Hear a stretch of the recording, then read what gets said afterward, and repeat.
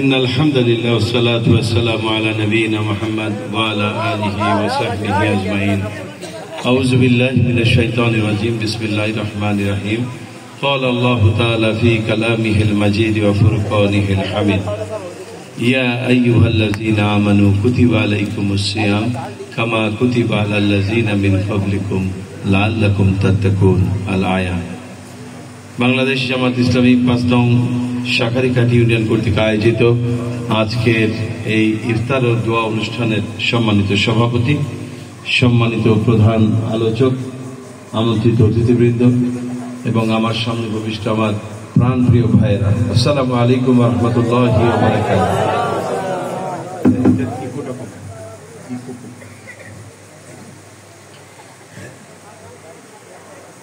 জানতে পেরেছি পর্দার আড়ালে আমাদের মা বোনেরাও আছেন।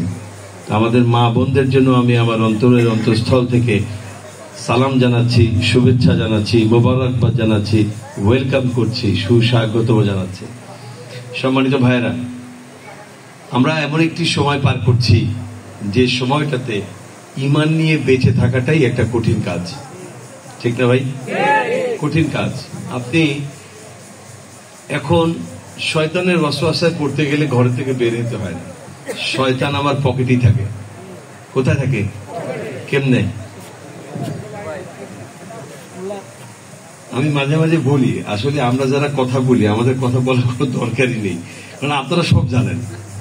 মুসিবতের আমাদের খামোখা কষ্ট করেন, এই আর কি। আপনারা সব জানেন, সব বুঝেন, আমরাও সব জানি, সব বুঝি।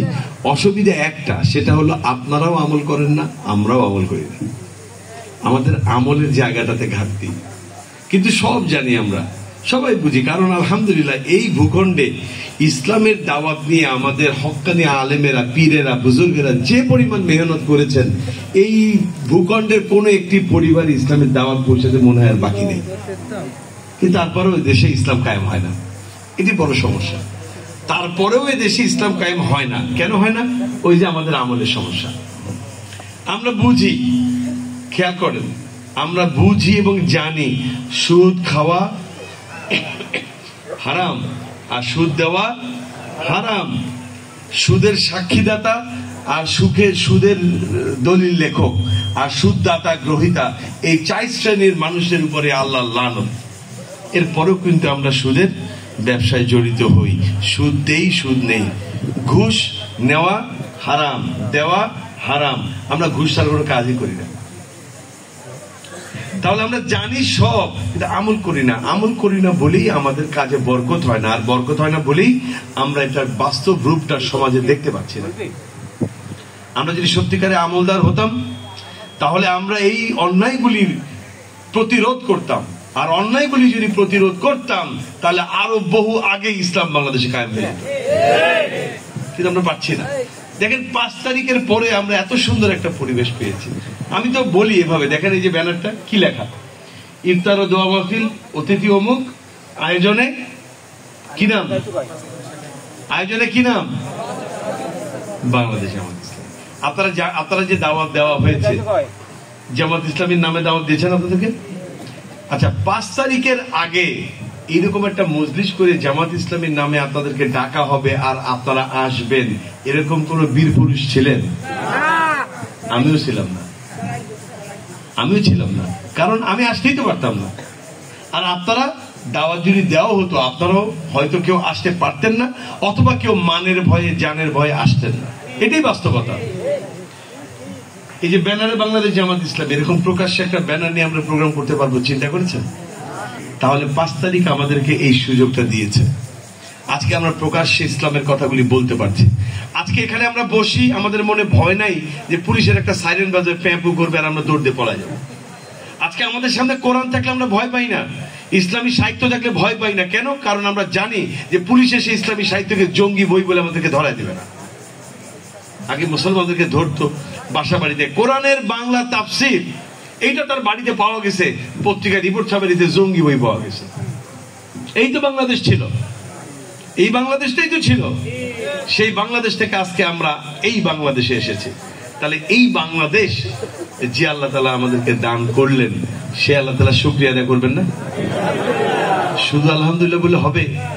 আল্লাহ খুশি হবেন? শুধু আলহামদুলিল্লাহ বলে আল্লাহ খুশি হবেন না। এই পরিবেশ যে আল্লাহ দিলেন, তাকে শুধু আলহামদুলিল্লাহ শুকরিয়া আদায় করা হবে না, বরং এই পরিবেশ প্রাপ্তি শুকরিয়া আদায় শুধুমাত্র এইভাবে সম্ভব যে বাংলার এই জমিনে কলেমার পতাকা যদি উড্ডীন করতে পারেন, তাইলেই আল্লাহ শুকরিয়া আদায় সম্ভব হবে। আমরা চাই না একটা সুখী সমৃদ্ধশালী বাংলাদেশ? আমরা চাই না? আমরা চায়ের দোকানে যখন বসি কত রকমের অভিযোগ সমালোচনা কত কিছু করি, আরে বাংলাদেশ আগায় না, বাংলাদেশ এই করে না, এই লোকটা ভালো না, ওইটাই না, সেইটা ওই না, ইত্যাদি ইত্যাদি অনেক কথা বলি। কিন্তু বাংলাদেশটাকে গঠনের জন্য আমরা কি করেছি? কি করেছি? প্রত্যেক বছর একটা করে ভোট আসে। আপনি যদি বলেন আমরা 3 টার্ম ভোট দিতে পারি নাই, আমরা 3 বছর 3টা টার্ম আমরা ভোট দিতে পারি নাই, আপনার সঙ্গে আমিও একমত। 3টা টার্ম আমরা ভোট দিতে পারি নাই। এর আগে ভোট দিয়েছেন না? দিয়েছেন না? ইসলাম কায়েমের জন্য কতটুকু ভূমিকা আপনি আমি রেখেছি ভাই বলেন? আমরা যাদেরকে ভোট দেই তারা আমাদের থেকে ভোট কিনে নিয়েছে। এটা একটা দিবালোকের মতো সত্য কথা যে তারা অধিকাংশ ভোট কিনে নিয়েছে। কেউ 500, কেউ 1000, কেউ 5000। আর আমরা আমাদের ভোটটাকে বিক্রি করেছি। প্রিয় ভাইরা, আমরা কিন্তু আসলে ভোট বিক্রি করি নাই, আমরা আমাদের ঈমান বিক্রি করেছি। কেন? কারণ ভোটটা তো আপনার একটা রায়, আপনার একটা পছন্দের ব্যক্তিকে আপনি ভোট দিচ্ছেন, রায় দিচ্ছেন যে এই লোকটা ভালো, এই কারণে আপনাকে ভোট দিচ্ছেন।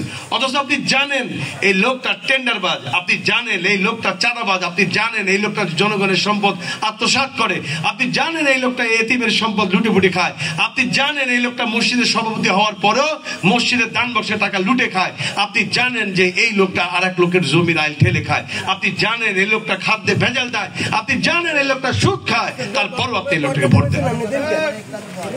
তাহলে এই